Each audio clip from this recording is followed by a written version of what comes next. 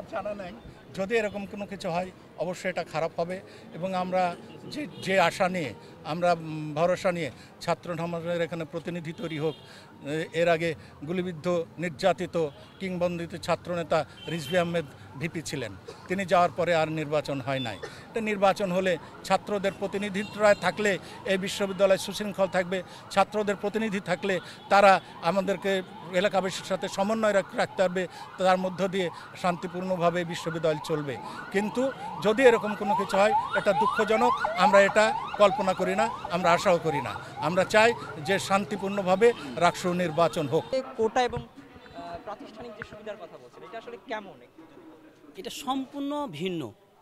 কোটা হলো 100টার মধ্যে হয়তো যদি শিক্ষক কর্মকর্তা কর্মচারীদের যদি দেয় তাহলে হয়তো 5টা দিল, আর 95টা ছাত্রছাত্রী ভর্তি হলো, সাধারণ ছাত্রছাত্রী। কিন্তু এটা না, 100টা যদি একটা ডিপার্টমেন্টে যদি থাকে তো 100টাই ছাত্রছাত্রী ভর্তি হবে, সাধারণ ছাত্রছাত্রী।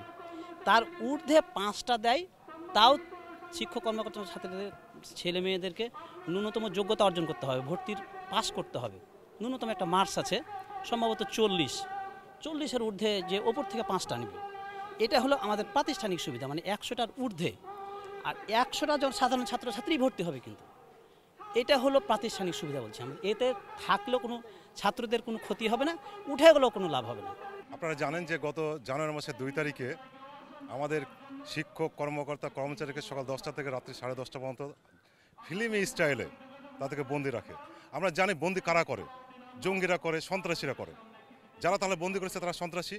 সেই গোষ্ঠীটাই গত 20 তারিখে আমাদের মাননীয় উপাচার্য আমাদের কয়েকজন ডেপুটি রেজিস্ট্রার কর্মচারীকে অশ্লীলভাবে গালাগালি করে এবং শারীরিকভাবে নির্যাতন করে।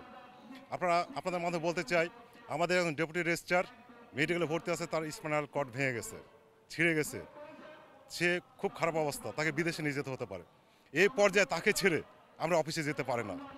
যতক্ষণ পর্যন্ত এই সন্ত্রাসীদের ছাত্রত্ব বাতিল করতে হবে, যারা পাস করে গেছে তাদের সার্টিফিকেট বাতিল করতে হবে, এবং সিন্ডিকেট যে আমাদের প্রাতিষ্ঠানিক সুবিধা স্থগিত করেছে সেটা চালু করতে হবে। না করা পর্যন্ত রাজশাহী বিশ্ববিদ্যালয়ে আমরা কোনোদিন কোনোভাবেই আমরা ক্লাসে বলেন, প্রশাসনিক কর্মকাণ্ডে বলেন, আমরা ফেরত যাব না। আমরা কমপ্লিট শাটডাউন রাস্তাতেই হবে। আপনাদেরকে আনন্দের সাথে বলতে চাই, আমরা আসলে রাষ্ট্রের পক্ষে। আমরা স্টুডেন্ট ছিলাম, আমরা রাষ্ট্রতে ভোট দিয়েছি, আমরা কলেজে রাষ্ট্রতে ভোট দিয়েছি, কিংবা বিশ্ববিদ্যালয়ে আমার বড়োরা ভোট দিয়েছে।